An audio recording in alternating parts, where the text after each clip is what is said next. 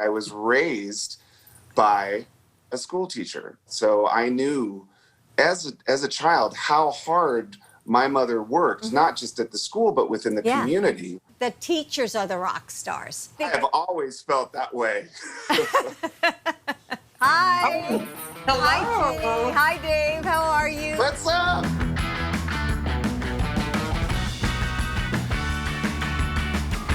You know, even before this pandemic, when I was traveling around the country for the campaign, this is what teachers were telling me. They said, we can't do this all by ourselves. We need help. That's always been the case. And nobody has listened for a long time.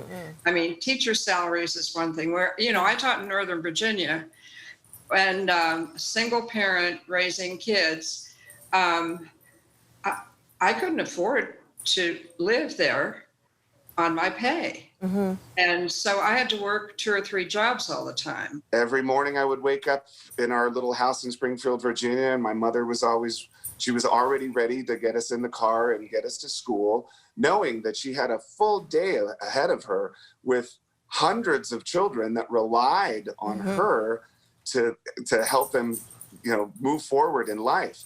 And every night after dinner, I would watch my mother at the desk in the living room working on the plan for the next day. And so I watched my mother make plans to help other people my entire life. I started looking back on that and thinking, well, who's making the plan for the teachers? I attribute a lot of my success to my mother's faith and belief in me as a person and as a kid, which is something that I think most teachers do with their students. You have to believe in the child and understand that every kid learns differently. But you see, I think that's the beauty of who teachers are. They see individuals and they see their potential. And if you can, if you give a student confidence and you believe in them, that's half the battle. Because then they can go on to shine. As a kid, I did struggle in school. For me personally, I started playing music when I was pretty young. I was maybe 10 or 11 years old. And that really became my passion and my obsession. It came to the point where I had the opportunity to go and travel the world playing music. And I went to my mother and I said, I think I want to follow this path. And my mother, I think because she had been teaching children like me for decades, understood that that it was maybe better for me to leave school and go out into the world and learn that way. Ginny, look what you did for your son, that you believed in him.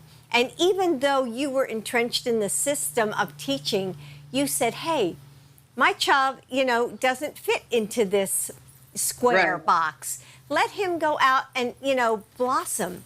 Absolutely, 100%. I need to run because we're on the campaign trail. And, honestly, I could talk to you all day. I can't believe how you're doing it.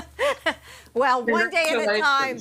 Honestly, Ginny, I'm like taking my calendar and like every day, knocking another day off. But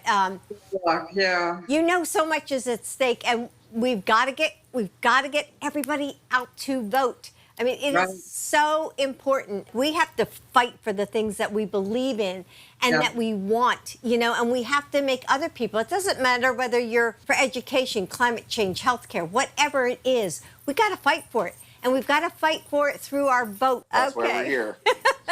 Bye. Bye-bye.